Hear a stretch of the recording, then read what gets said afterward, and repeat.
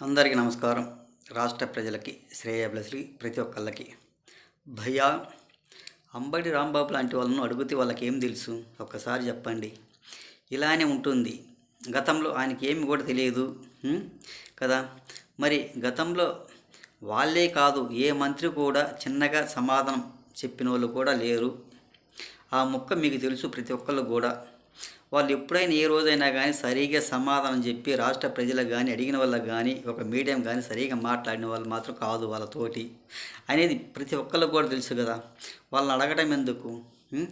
చెప్పిన వాళ్ళు లేరు కదా, ఏ ఒక్కళ్ళకు కూడా సమాధానం చెప్పిన వాళ్ళు కాదు, మీకు తెలుసు.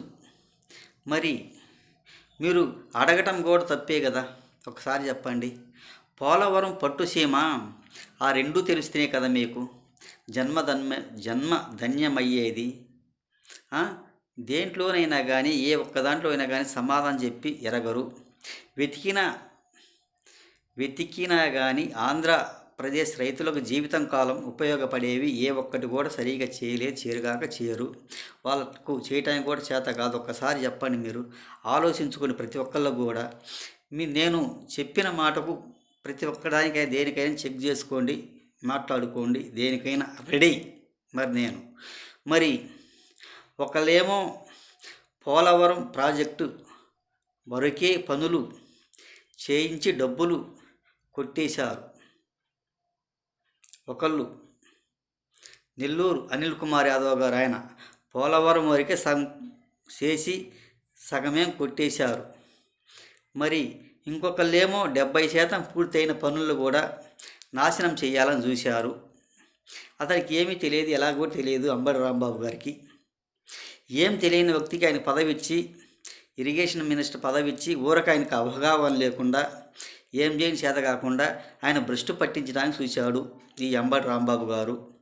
మరి మోటార్లు ఎత్తుకెళ్ళి పారిపోయారు, మరి భ్రష్టు పట్టించారు. ఇలాంటి మంత్రులను ఏ భాషలో మీరు గెలుస్తారో, ఏ భాషలో అడుగుతారో ఒకసారి రాష్ట్ర ప్రజలకు అర్థమయ్యేటట్టుగా చెప్పండి. మీరు ఈ పట్టుసీమ చాలు ఇంతవరకు అనుకున్న దానికి వాళ్ళ నోర్లు మూపించడానికి ఏ ఒక్కడు కూడా అడగడానికి తెలియదు, ఎవరు చేత కాదు. ఆ పట్టుసీమ గురించి అసలు భ్రష్టు పట్టించడం తప్ప దేనికి వ్యవస్థలు కానీ అభివృద్ధిలోకి తీసుకురావడం కానీ ఏ ఒక్కడు కూడా పనికిరాదు. ఒక్కసారి చెప్పండి.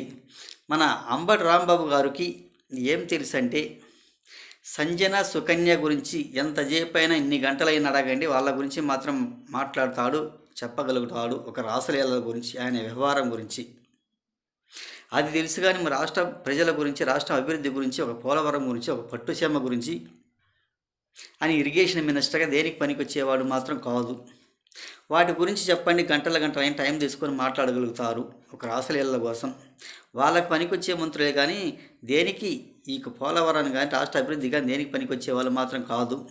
పోలవరాన్ని భ్రష్టు పట్టించారు, కొంచెం తెలుసుకోండి అని తెలియజేస్తూ రాష్ట్ర ప్రజలకి, శ్రేయోభిలాషులకి ప్రతి ఒక్కళ్ళకి హృదయపూర్వక ధన్యవాదాలు.